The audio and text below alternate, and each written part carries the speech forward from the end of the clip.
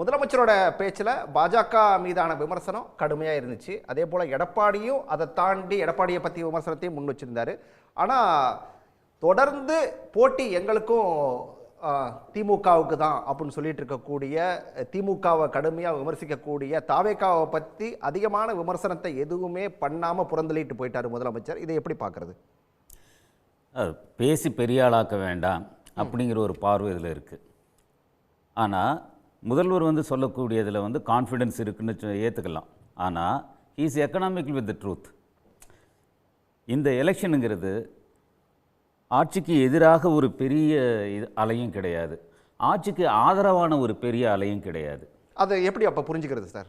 ஆதரவும் இல்லைன்றீங்க, எதிர்ப்பும் இல்லைன்றீங்க, ரெண்டும் இல்லாத ஒரு தேர்தலாக தான் இருக்குது. ஸோ அப்போ இவங்களுக்கு திமுகவுக்கு இது சாதகமான ஒன்று. காரணம், ஆன்டி இன்கம்பன்சி இருக்குது. அது ஒரு பெரிய அலையாக மாறலை. அப்படி இருக்கிற ஆன்டி இன்கம்பன்சியை கூட ஆட்சிக்கு எதிரான மனநிலை, எதிரானன்னு கூட சொல்ல முடியாது, ஒரு ரிசென்ட்மெண்ட் அந்த அளவில் தான் இருக்குது.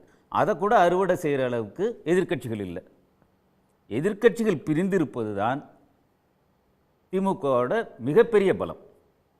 திமுகவோட சாதனைகளாலேயோ மற்றதாலேயோ இருக்கிறத விட எதிர்க்கட்சிகள் பிரிஞ்சிருக்கிறது தான் முக்கியமான ஒரு இது. அதை தாண்டி எதிர்க்கட்சிகளும் எந்த ஒரு கட்சியுமே ஒரு டாமினன்ட் நேரட்டிவ், எல்லாருமே சொல்கிறாங்க திமுக போகணும், திமுகவை தோக்கடிக்கணும். ஏன் தோக்கடிக்கணும்? அதுக்கு ஒரு வலுவான காரணம் இல்லை. அதுக்கு ஒரு வலுவான காரணமும் மக்கள் மத்தியில் அதுக்கு ஒரு வலுவான ஈர்ப்பும் இருக்கிற மாதிரி நீங்கள் அந்த நேரட்டிவை செட் பண்ணணும்.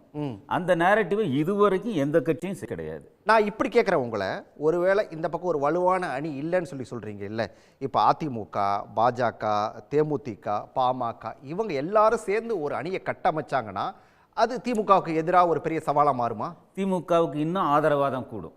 ஏன்னா கிரெடிபிலிட்டி போயிடுது. இல்லைன்னு சொல்றீங்க, இல்லை வலுவான அணி இல்லை. இவங்க இதுக்கு முன்னாடியே கூடி இருந்தால் அதுக்கு ஒரு இம்பாக்ட் இருக்கு, கண்டிப்பான இம்பாக்ட் இருக்கு. ஆனால் இப்போ சேர்ந்தாக்க சந்தர்ப்பவாதம், அப்பட்டமான சந்தர்ப்பவாதமாக தெரியும். மக்கள் ஏமாளிகளாக நம்ம பார்க்கக்கூடாது. மக்களுக்கும் அரசியல் தெரியுது, மக்கள் தான் அரசியலை தீர்மானிக்கிறாங்க. இப்போ முன்ன பேசின தோழர் சொன்ன மாதிரி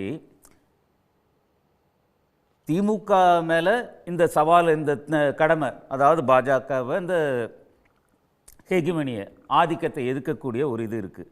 ஆனால் அதை விட முக்கியமான உண்மை என்னன்னா, திமுகவையும் தமிழகத்தையும் மக்கள் தான் காப்பாற்றுறாங்க. திமுக அந்தளவுக்கு தீவிரமாக ஒரு எதிர்ப்பெல்லாம் இல்லை.